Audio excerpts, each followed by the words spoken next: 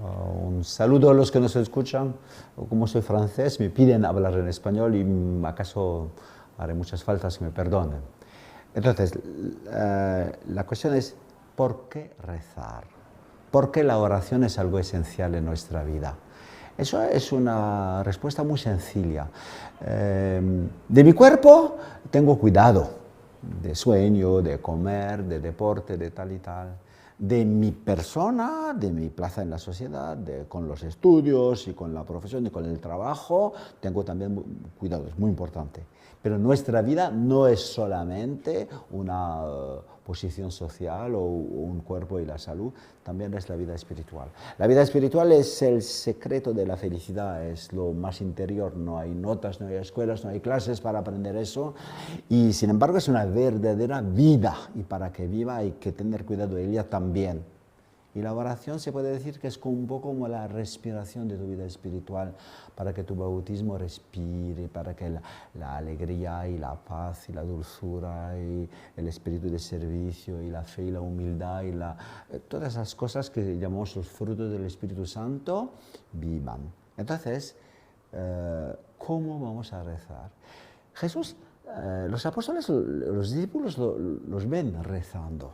Y hay algo extraño y se dan cuenta que hay una relación extraordinaria entre Jesús y su Padre. Después que ha acabado se acercan y dicen, Juan Bautista ha enseñado a sus discípulos a orar y tú no puedes explicarnos lo que es la oración.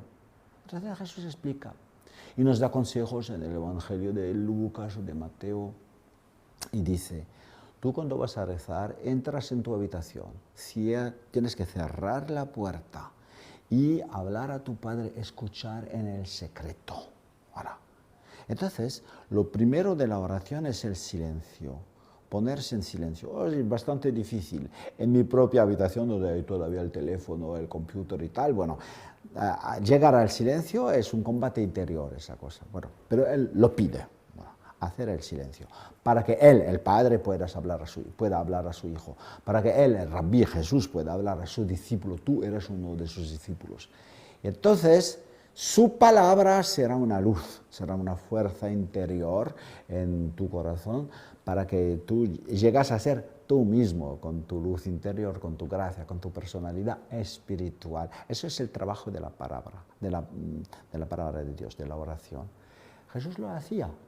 Por la mañana, antes de madrugar, iba en un lugar desierto y allí rezaba. Y todo el mundo le buscaba. Y después, cuando lo han encontrado, le llevan a los pueblos y tal. Pero él, tenemos la impresión que cada mañana se empleaba de la palabra de Dios. Eso se hacía así. Entonces, esa palabra es algo esencial para nosotros, es una palabra activa. Si nos ponemos a la primera página de la Biblia, ¿qué vemos? Hay una palabra, Dios dice, y tal, 10 veces hay esa palabra. Entonces, esa palabra da vida al mundo.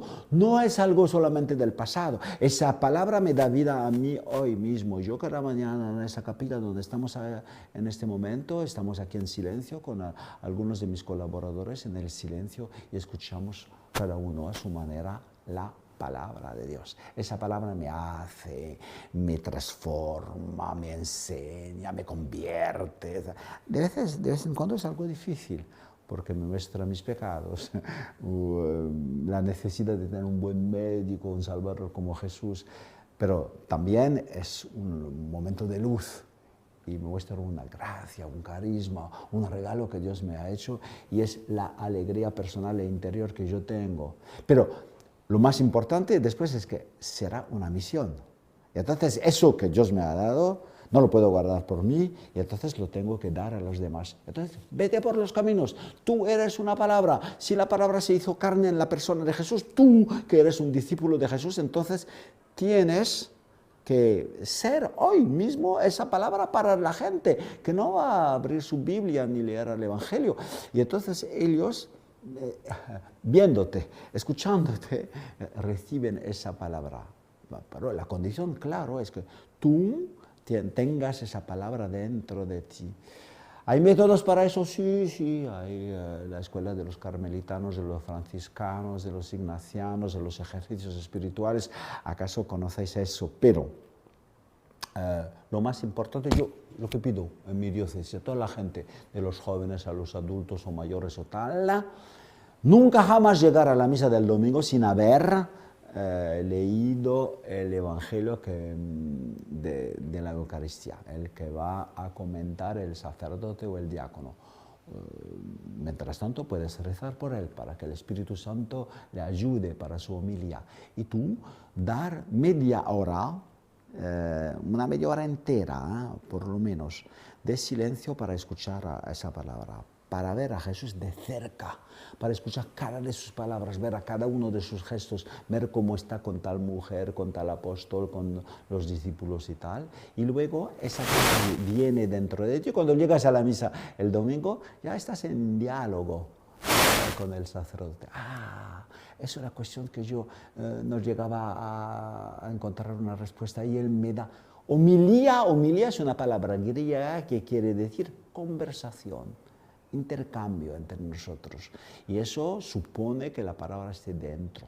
Bueno, métodos hay muchos otros. Eso es lo único que pido, una media hora de silencio durante la semana o cada día para subir hacia la misa del domingo y para que esa palabra me renueve y continúe esa obra de creación que la palabra de Dios está siempre haciendo en el mundo, en nuestros corazones.